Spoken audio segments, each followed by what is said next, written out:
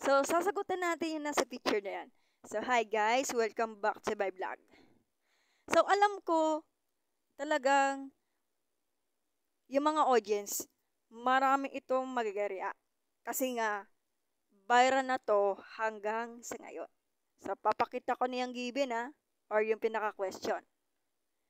So, a divided by 2 times quantity of 2 plus 2 or open parenthesis 2 plus 2 close parenthesis equal to, so answer niya 1 or 16. So, well, yung sinolve ko kanina, so ipapakita ko sa inyo. Teka lang so wait lang. So, yan, sinolve ko yan kanina. So, actually, talagang mahirap lang ito paniniwalaan at mahirap ito sagutan. So, hanggang sa ngayon, pinag-aralan ito sa mga math expert. Hindi natin malaman kung 1 or 16 ang sagot.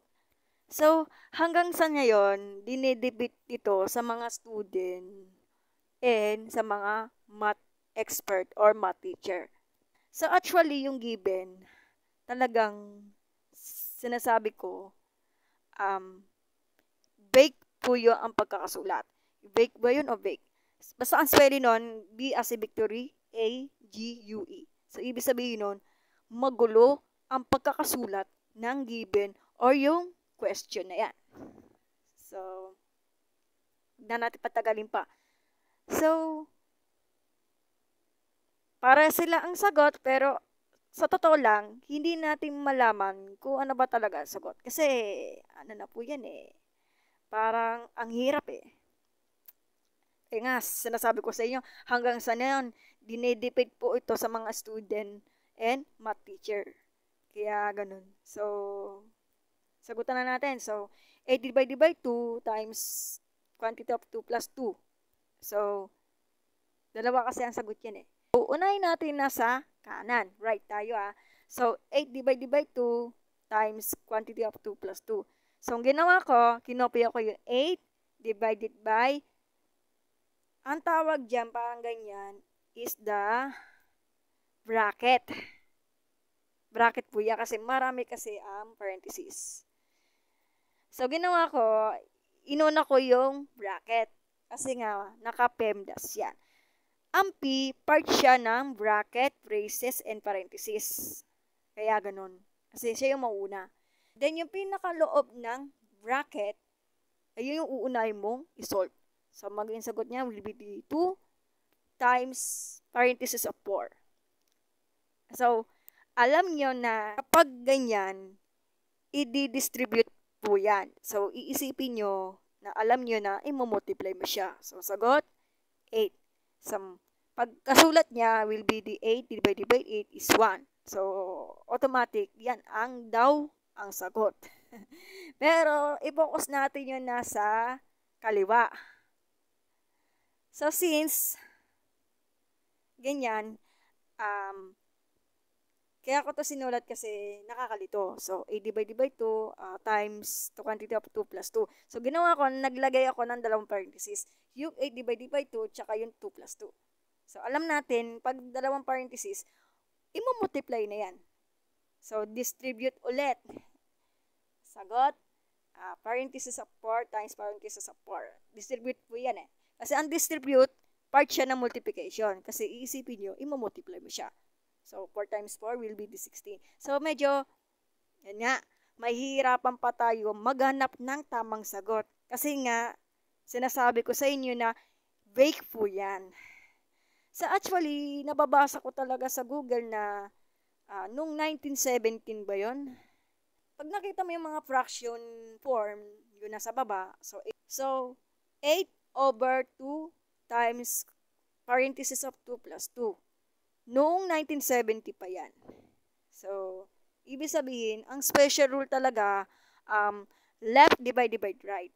Yung left natin, which is 8, tapos yung right natin, yung 2 times quantity of 2 plus 2. Medyo magulo kasi pagkakasulat niyan So, nakita mo sa pulang ballpen, ang sagot niya 8 over 2 times parenthesis 4. Meron sa kanila yung nasa yung nasa kanan or right. So, imbis na ganito, so 8/2, tapos yung parenthesis, yung pagkasulat na nasa tapat ng fraction bar. So, parenthesis of 2 plus 2. So, ang magiging kasulatan will be the 8 divided by 2. Yung parenthesis of 4 nasa tapat ng fraction bar. So, halos mahihirapan pa tayong hanapin ang toong sagot. Kahit na baguhin yung given o baguhin yung mga numbers, basta ganun pa rin ang tsura niya at ganun pa rin ang dalawang sagot. So, hindi natin masabi kung ano ba talaga ang sagot niyan. Bahala kayo nung gusto nyo kung 1 ba talaga o 16. Kasi ito yung solution eh. Mahirap eh.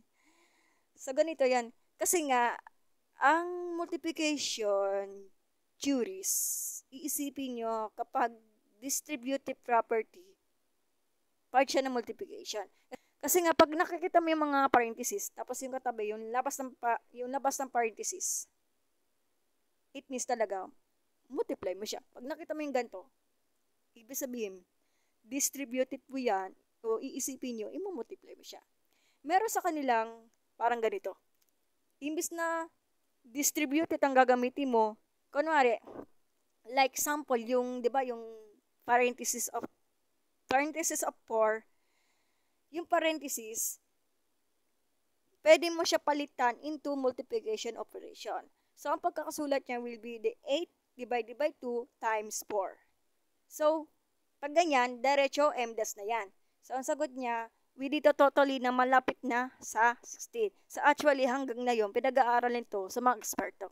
So, hindi natin masasabi kung ano ba talaga ang sagot. So, mahirap talaga.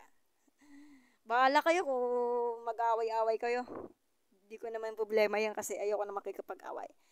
So, in the case talaga na kahit ni sa mga calculator, magkaiba ang sagot. Yung sa Casio calculator ko, ang sagot talaga will be 1. Pero sa ibang calculator, sa Wolfram Alpha, yung sinerch niyo sa Google, sasagot daw 16. Medyo nakakalito talaga. Wala tayong magagawa kasi kahit niya baguhin yung mga question, pero ganito ang itsura. Dalawa kasi magiging sagot niya, pero hindi natin alam kung ano ba talaga ang tamang sagot. So, natapos na natin yung picture about sa ganyan. I hope na magpapahinga muna ako. So, stress na nga ako na yun eh. Dami ginagawa ni ate. So, anyways, next time na lang gumawa ng video. I hope na magpapahinga muna ako. So, see you on the next video. Bye-bye! At wag nyo kakalimutan na i-follow up nyo ako sa TikTok account ko. Alam nyo na.